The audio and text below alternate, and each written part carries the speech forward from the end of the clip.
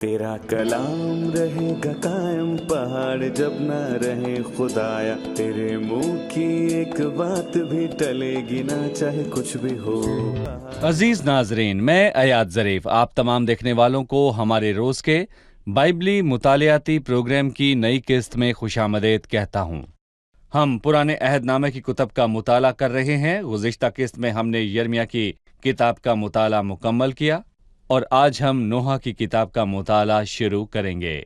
लेकिन इससे पहले मैं स्टूडियो में आए खुदा के खादिम का खैर मकदम करूंगा, भाई यूसुफ रियाज का। खुशामदीद भाई। बहुत शुक्रिया भाई।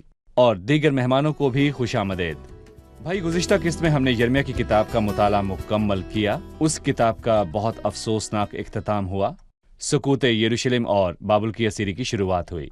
आज हम यिर्मयाह के बाद नोहा की किताब का आगाज करेंगे और जब हम नई किताब का मुताला शुरू करते हैं तो उसके मुसन्निफ, तारीख़ तहरीर और इसमें मौजूद पैगाम और इसके हिस्सों के मुतालिक पढ़ते हैं। लिहाजा इस किताब के मुतालिक और इसके मुसन्निफ के मुतालिक हमें बताएं। देखें, मैं कहूँगा कि बेशक तौरेत में यहूदी और गिरजाघर में पादरी इसका जिक्र नहीं करते कि इस किताब का मुसन्निफ यिर्मयाह है और ये यिर्मयाह ही की किताब का अगला हिस्सा है और ये यिर्मयाह का नोहा है जो शायराना अंदाज में लिखी है। पर मैं कहूँगा कि कुछ लोग हैं जो इस किताब को शायराना किताबों से जोड़ते हैं, जबकि कुछ नबूवती कुतब से इसका ताल्लुक कायम करते हैं। इसीलिए 5 कुतब और 12 तारीखी कुतब में एक ही हम आहंगी पाई जाती है। मूसा की 5 कुतब और 12 तारीखी कुतब, मूसा की 5 कुतब और 12 तारीखी कुतब, 5 बड़ी नबूवती कुतब और 12 शायराना कुतब। इसीलिए बहुत से मुफक्किरीन इसको नबूवती कुतब में शुमार करते हैं। किताब के हिस्से देखें तो इसके 5 अबवाब हैं और हर एक हिस्सा एक गज़ल है। यह हरूफ तहज्जी की तरतीब के मुताबिक है। मतलब कि ये इब्रानी शायरी का एक मुनफरिद अंदाज है और मैं कहूँगा कि इसका पहला मिसरा पहले हरूफ तहज्जी से शुरू होता है और गज़ल का दूसरा फिक्रा अंग्रेजी के हरफ बी से शुरू होता है और फिर इससे अगला मिसरा अंग्रेजी के लफ्ज़ सी से शुरू होता है।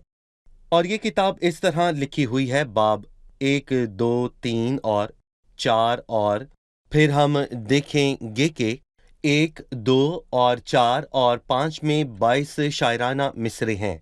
ये 22 आयात हैं। जैसा कि अगर आप देखें तीसरे बाब की 66 आयात हैं, यानी कि ये तरतीब 3 बार दोहराई गई है। 3 बार। जी हाँ, 22। बिल्कुल आपने सही कहा। यानी कि पहले, दूसरे और तीसरे से शुरू होता है ए का मिसरा, बी चौथा, 5वें और छठे से और आगे सी से और फिर यूं ही आगे तरतीबवार लिखा गया है और यही इस किताब की खूबसूरती है। और हमने देखा कि ये यिर्मयाह का नोहा है और यूनानी में इसका यही नाम है और यूनानी जुबान में इस किताब का नाम है कैसे। किताब का नाम हमेशा इसके पहले लफ्ज़ या पहले मिसरे से लिया जाता है। यहाँ पहला लफ्ज़ कैसे है और इस किताब का यही नाम है और फिर गौर करें कि पहले और दूसरे बाब में लफ्ज़ कैसे का इस्तेमाल हुआ है। ये कैसे से शुरू हुए और चौथे बाब में भी लफ्ज़ कैसे मौजूद है और 1 जमा 2 जमा 4 7 बनते हैं और ये 7 पूरी बाइबल मुक़द्दस में मौजूद 7 मिसरों वाले हिस्से में से एक है और यही इसकी खूबसूरती है। शानदार। आपने मुसन्निफ का जिक्र किया और ये यिर्मयाह नबी है और आपने बताया कि इस किताब का मरकजी मौजू यरूशलेम पर नोहा करना है। आपने इसकी तहरीर और जुबान के मुतालिक बताया। ये इब्रानी हरूफ तहज्जी से मुंसलिक है।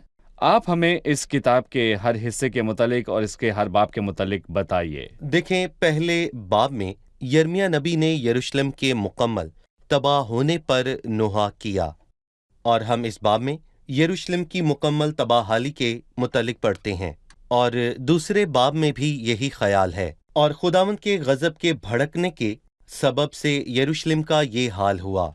अचानक या किसी दुश्मन की वजह से नहीं हुआ, बल्कि ये इसलिए हुआ क्योंकि खुदावंद उन पर गजबनाक हुआ। तीसरे बाब में यिर्मयाह के दुखों का जिक्र है, वो खुदावंद की शफकत का तालिब है और चौथे बाब में जलाल का जाता रहना और अदालत की आमद का जिक्र है और फिर आखिर में दुआ, इकरार और उम्मीद है।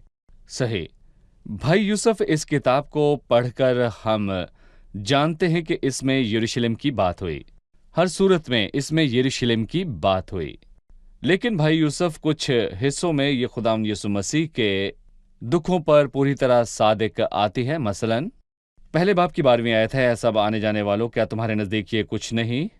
नजर करो और देखो, क्या कोई गम मेरे गम की मानिंद है जो मुझ पर आया है, जिसे खुदावंद ने अपने कहर शदीद के वक्त नाजिल किया। हमें बताएं कि हम इन अल्फाज को बिल वास्ता रूहानी और नबूती सतहों पर किस तरह इस्तेमाल कर सकते हैं, और मजीद ये कि इन तीनों जगह इसके इस्तेमाल का बताइए। देखें, इसका इस्तेमाल वाज़ेह है।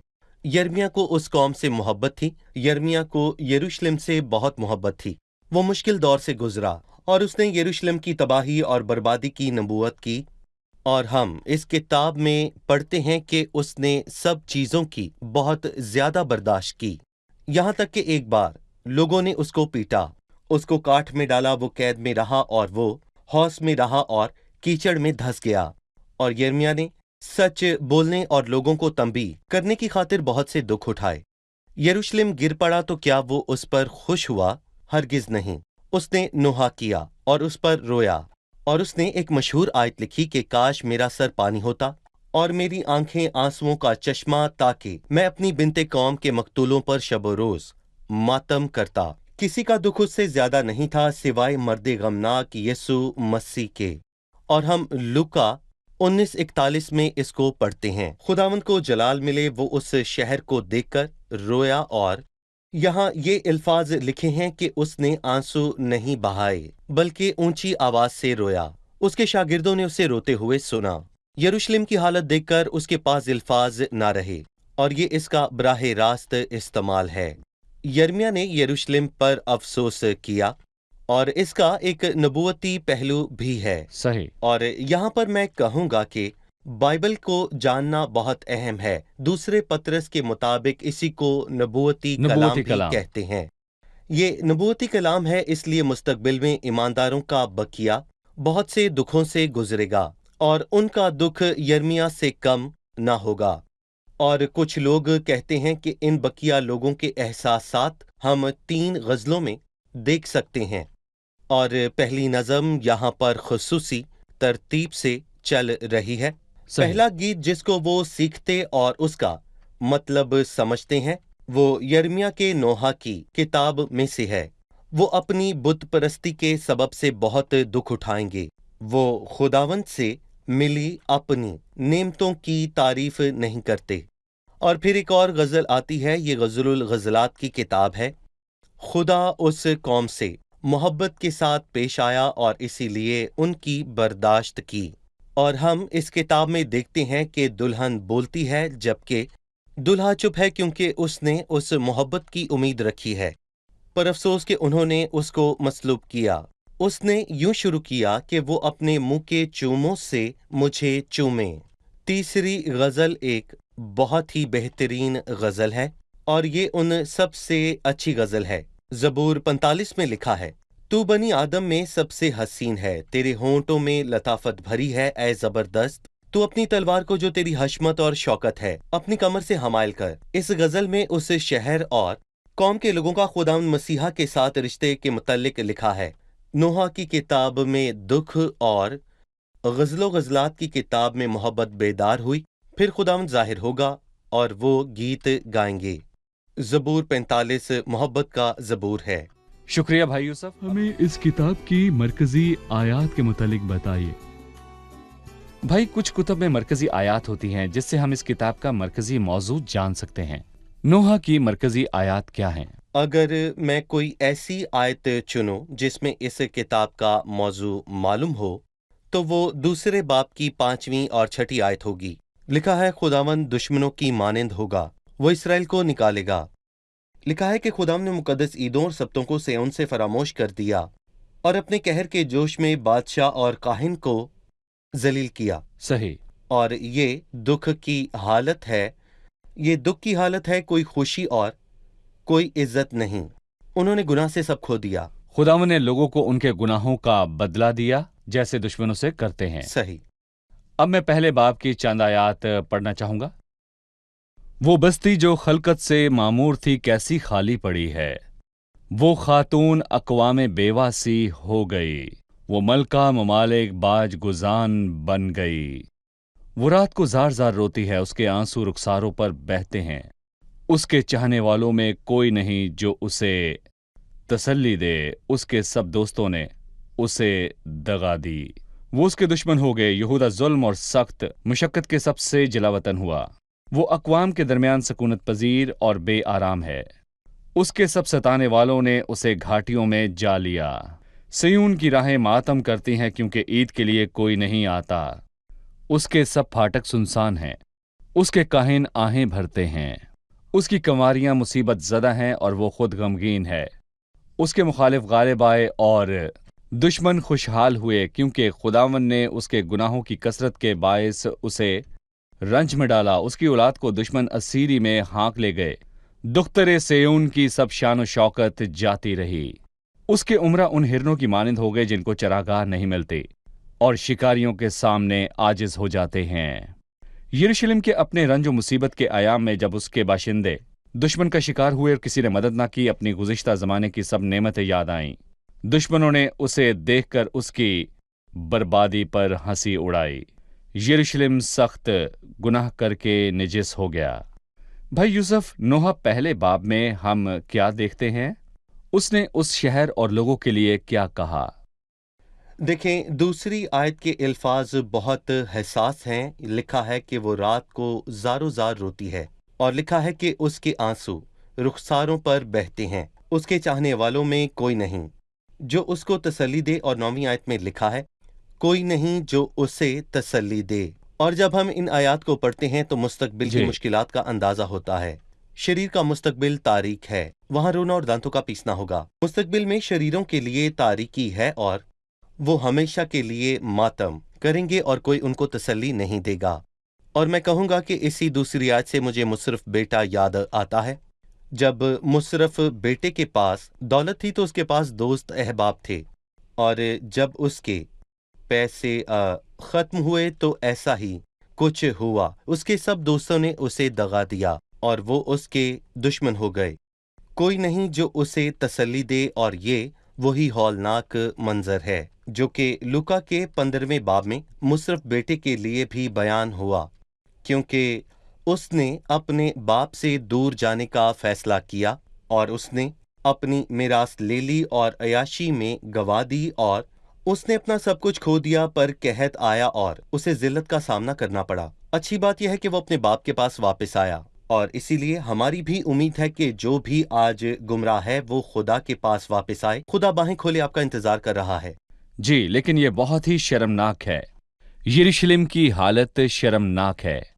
भाई यूसुफ, अगर हम 8वीं आयत से पढ़ें तो लिखा है यरूशलेम सख्त गुनाह करके निजिस हो गया। भाई यूसुफ, अगर कोई सोचे कि खुदा उन लोगों से नाइंसाफी से पेश आता है तो यरूशलेम के गुनाह पर गौर करें तो हमें खुदा की सदाकत और गुनाह के लिए उसके अदल के मुतालिक बताएं। दरअसल खुदावन ने बहुत अरसा उनकी बर्दाश्त की, यहाँ तक कि मूसा ने कहा कि जब से खुदा उन्हें जानता है उन्होंने नाफरमानी की। वो मुल्क मिस्र से निकल आए। खुदाम ने उनको खाने के लिए मन दिया, चट्टान से पानी दिया, पर उन्होंने सोने का बछड़ा बनाया और उसके गिर्द नाचने लगे और कहा कि ये वो तजरा देता है जो तुझे मुल्क मिस्र से निकाल लाया। और खुदावन ने काजियों के दौर से उनकी बर्दाश्त की, और फिर कई बादशाह आए, खुदा ने उनकी बर्दाश्त की। और यिर्मयाह की किताब से पता चलता है खुदा ने एक नहीं बल्कि कई मरतबा उनको तंबीह की। लिखा है कि खुदा ने कहा, मैंने अपने तमाम खिदमत गुजार नबियों को तुम्हारे पास भेजा, पर किसी ने ना सुना। गुनाह की सजा मिलती है। एक परिस्तार ने कहा कि मैं भूल चुका था कि गुनाह की भी सजा है, पर अपने आप को और दूसरों को ये याद करवाना बहुत ही अच्छी बात है कि गुनाह की सजा मिलती है। सही। जब खुदा उस कौम के साथ यूं सख्ती से पेश आया तो ये उनका इंसाफ था, बिल्कुल, क्योंकि बदी उनके दरमियान थी। भाई यूसुफ, 12वीं आयत से यहाँ वो मिसरे हैं जो हम अक्सर औकात सुनते हैं। ऐसा बाने जाने वालों, क्या तुम्हारे नज़दीक ये कुछ नहीं? नज़र करो और देखो, क्या कोई गम मेरे गम की मानिंद है जो मुझ पर आया है, जिसे खुदावन ने अपने कहरे शदीद के वक्त नाजिल किया। उसने आलम बाला से मेरी हड्डियों में आग भेजी और वो उन पर गालिब आई। उसने मेरे पाँव के लिए दाम बिछाया, उसने मुझे पीछे लौटाया, उसने मुझे दिन भर वीरान व बेताब किया। इन अल्फाज के आखिर पर आपने बयान किया कि हम इनको 3 तरह से सोच सकते हैं। हम 3 मुख्तलिफ तरीकों से इन आयात का इस्तेमाल करते हैं। पहला यिर्मयाह के मुताले में, दूसरा नबूती तौर पर जो ईमानदार बकिया की मुसीबत पड़ने को जाहिर करता है। तीसरा तरीका बताएं हम इन आयात में ऐसा कैसे कह सकते हैं। तीसरा तरीका है मर्द गमनाक है, और यिर्मयाह भी इसी की एक छोटी सी तस्वीर है। और यहाँ पर सवाल ये है कि ये मर्द गमनाक कौन है। ईसाया 53 में बयान है कि यीशु मसीह खुदावंद का बाजू है, वो मर्द गमनाक और दुखों से भरा था। और इससे सलीब का मंजर याद आता है, क्योंकि जब मसीह सलीब पर था तो उस जैसा गम किसी और का नहीं था। इसीलिए लिखा है कि ऐ सब आने जाने वालों, क्या तुम्हारे नजदीक ये कुछ नहीं? नजर करो और देखो, क्या कोई गम मेरे गम की मानिंद है जो मुझ पर आया, जिसे खुदावंद ने अपने कहरे शदीद के वक्त नाजिल किया। जिस दिन खुदावंद मसलूब हुआ वो दिन खुदा के गुस्से के भड़कने का दिन है। और मैं कहूंगा कि लिखा है कि उसके कहरे शदीद को कौन बर्दाश्त कर सकता है, उसके आगे कौन खड़ा रह सकता है। वो हम में से कोई नहीं है, बस एक शख्स है, और उसी के नाम को जलाल मिले। वही खुदावंद के कहर के दिन उसके सामने खड़ा होगा। पर खुदावंद ने क्या किया? आलमे बाला से उसकी हड्डियों में आग भेजी गई।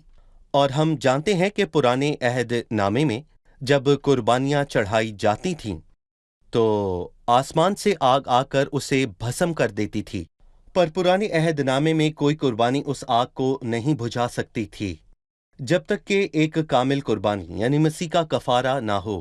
सिर्फ उसी कुर्बानी से ये आग बुझाई जा सकती है। और मैं आपको याद दिलाना चाहूंगा कि मसीह ने सलीब पर कहा तमाम हुआ, यानी कि जो भी मसीह की कुर्बानी में महफूज है उस पर आग नाजिल ना होगी। और इसीलिए उसके एहसास को हमें हमेशा याद रखना है। और अंजील में लिखा है, अफसोस के उन लोगों ने समझा कि वो अपनी सजा पूरी कर रहा है, पर उसकी कुर्बानी मेरे लिए है। ये उनके लिए ना हो, पर ये मेरा मामला सही। जरूर है।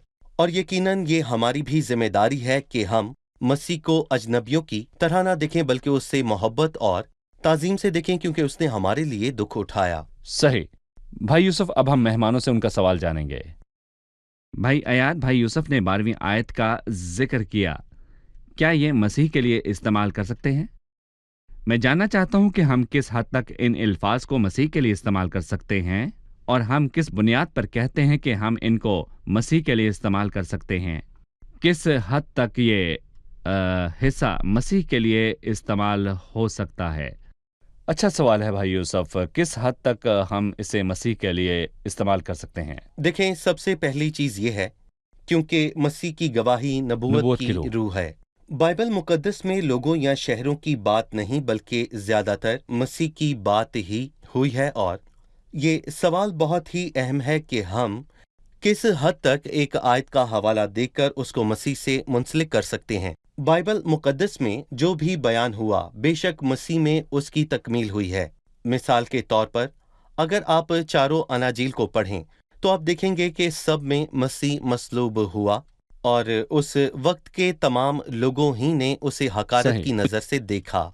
और हम जानते हैं कि हमने मसीह को सख्त रंज और दुख के आलम में देखा। और मैं कहूँगा कि बिल्कुल ऐसा ही गुलगता और फिर गतसमनी के बाग में भी था। और बाइबल मुकद्दस में बयान है कि खुदा ने मसीह की हड्डियों में आग को भेजा। और मैं यहाँ पर ये कहना चाहूँगा कि ये उन कुर्बानियों की अलामत है जिसे आसमान से आग आकर बिल्कुल भस्म कर देती थी। और मसीह ही वो हकीकी कुर्बानी है जिसे आग ने ना सिर्फ भस्म किया, और हम ये कहते हैं और ये गाते हैं कि खुदा का इंसाफ अजीब है। और मैं यहाँ पर कहूँगा कि उस पर आग नाजिल हुई, पर उसने हमें छुपा लिया। और मैं ये भी कहूँगा ये कितनी मुबारक बात है।